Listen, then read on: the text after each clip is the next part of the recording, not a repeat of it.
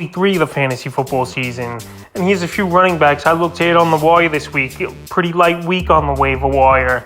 And a lot of guys that you're pretty much just thinking about, but they're not must-adds. Like, I'd rather have a Garrett Wilson than any of these running backs on the list, and Tua or Carson Wentz over any of these guys as well. But the first guy, Daryl Williams of the Arizona Cardinals. So James Conner went down in the third quarter of that ball game at the Las Vegas Raiders, and the Cardinals would have come from behind victory and a good win. And Daryl Williams, he came in, got the short yardage and the goal line work, with Benjamin doing the passing downs work. So Daryl Williams in the Week 2 game, 8 carries, 59 yards, a touchdown, 2 catches for 3 yards in that one. And Daryl Williams, I think he's been a good running back over the last few seasons. In Kansas City, the few games he's got an opportunity to start over the last few years. For Clyde Edwards-Helaire, he put up some solid ball games and was a solid number 2 running back for fantasy owners. So if James Conner even has to miss a week or two here, Daryl Williams is definitely a top running back I would go out there and try to target on my waiver wire this week here. And a guy would have confidence playing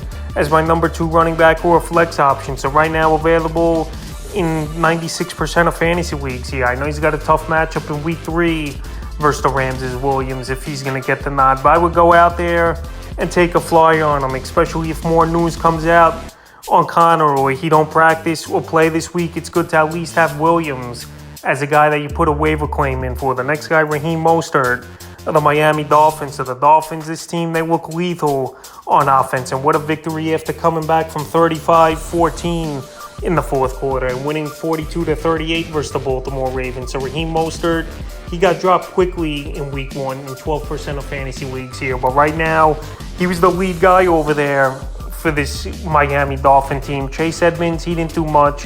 He didn't get many looks. Edmonds, he only had 5 or 6 fantasy points. And Mostert got 11 carries, 51 yards, 3 catches, 28 yards. And the most important thing as well here, he was in there at the goal line and getting those touches as well. So Week 1, I know he didn't do anything.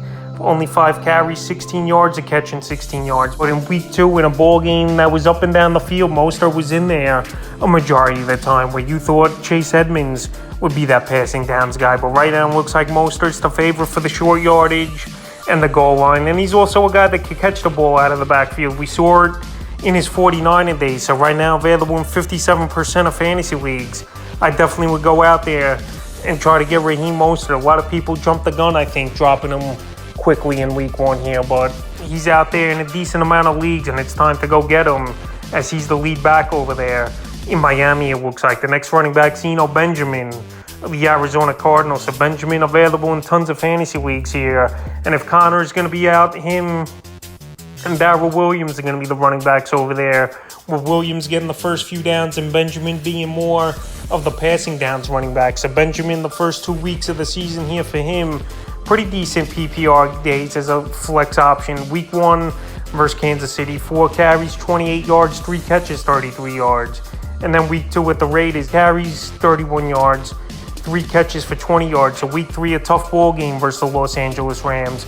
But if Conner's out, I think Benjamin could be a better option than a Daryl Williams because of what he could do out of the backfield catching the football. So right now, available in tons of fantasy leagues. And if Conner's out for multiple weeks, it's going to be a committee with Williams and Benjamin. But you can't go wrong with either guy, I think, off the wire this week. The next guy, J.D. McKissic of the Washington Commanders. So the Commanders, believe it or not, here so far in the early going, they got a lot of guys that are fantasy worthy this season. So right now, J.D. McKissic, we've seen him have blow-up games over the last few years with big receiving games, double-digit receiving games, and they just have a problem over there in Washington at the running back position. They don't believe in Antonio Gibson. I know he's had fumble problems over the last couple seasons here. And McKissic, he's always had that built-in passing downs role anyway. And this Washington team, they throw the football a whole lot so far in the first 2 weeks of the season. Week 1 versus Jacksonville, 3 carries, 8 yards.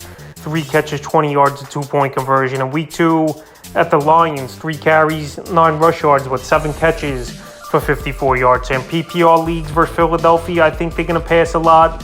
And this is a ball game where they could be trailing early as well as this Commander team, like they were at Detroit, and Carson Wentz had to throw the football pretty much every down in the second half of that ball game. So right now available in 77% of fantasy leagues. And if you need him in PPR leagues as a flex option, I think he's a decent one In week 3 is McKissic, and the final running back I look to add off the wire this week is Mark Ingram of the New Orleans Saints. So Mark Ingram, he looked pretty good in the 12 touches he had in the ball game. Alvin Kamara was out with a rib injury, and who knows how long he's going to be out. It was pretty surprising he did miss the ball game in week 2 versus Tampa Bay. But anyway, Ingram in that one, 10 carries, 60 yards, 6 yards per carry, and 2 catches for 3 yards. So Mark Ingram, we know he's a capable running back. We know he's up there a little in age. In terms of running back, obviously, he's only 30 years old, though, is Mark Ingram. So if you need a guy at a flex or you're desperate in the number 2 running back position, and he's going to get the nod once again, is Ingram.